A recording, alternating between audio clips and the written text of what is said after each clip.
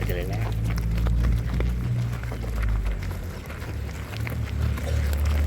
वो खड़ा हो गया, वो पता है कि और उसको कैसे क्या बोलूँगा यार।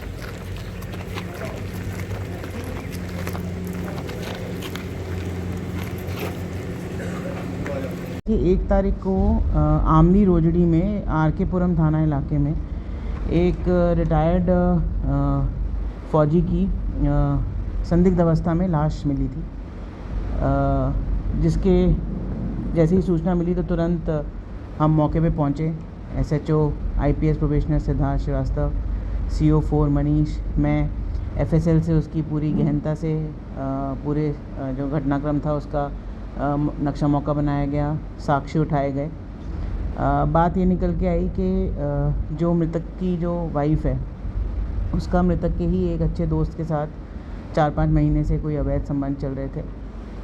मृतक और मृतक की वाइफ़ के बीच में कुछ अनबन चल रही थी। मृतक जो है वो अपनी वाइफ़ को मारता पीटता भी था, कभी कभी उसे घर में बंद भी कर देता था, जिसकी वजह से वो एक एक्स्ट्रा मैरिटल रिलेशनशिप में गई। और मृतक की पत्नी जिसका नाम है दीपिका, उसने अपने इस दोस्त देवेश शर्मा और देवेश का एक साथी विष्णु सिंह, इन तीनों ने मिलकर जब घर पे कोई भी नहीं था तब उसका गला घोंटकर उसकी हत्या कर दी। और उसके बाद विष्णु और दीपिका को टीम ने विदिन कुछ ही घंटे डिटेन कर लिया था और कल हमने देवेश को भी डिटेन करके तीनों को इसमें गिरफ़्तार किया जा चुका है।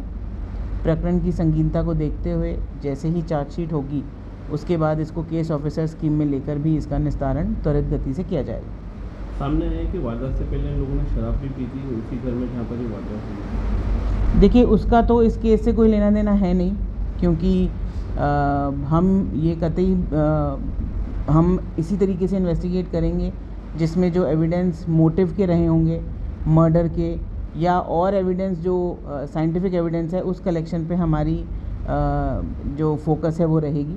और मुख्य मोटिव इसमें यही था कि मृतक जो था वो अपनी पत्नी को परेशान करता था और पत्नी का मृतक के दोस्त देवेश के साथ अवैध संबंध थे, जिसके कारण इन तीनों ने मिलकर मृतक की वाइफ, मृतक का दोस्त देवेश और देवेश का एक और साथी विष्णु, तो इन तीनों ने मिलकर इसकी हत्या की। मारपीट की कभी शिकायत दर्ज कराई दीपिका ने? देखिए, जो प्रारंभिक दीपिका से अभी पूछा है तो उसने बताया कि 2023 में उसने कोई रिपोर्ट दी थी जिसके ऊपर उसके पति को पाबंद किया गया था। हालांकि ये अभी हमें चेक करना है कि किस थाने पे उसने रिपोर्ट दी थी, क्या था वो, क्योंकि उसको जब पाबंद किया गया तो 6 महीने की पाबंदी वो खैर ही है कि 6 महीने के बॉन्ड से पाबंद किया था। और 6 महीने के बाद जब वापस उसने पीटना शुरू किया तो वापस पुलिस के पास उसने कोई कंप्लेंट नहीं दी, ऐसा उसने मौखिक पूछताछ में बताया।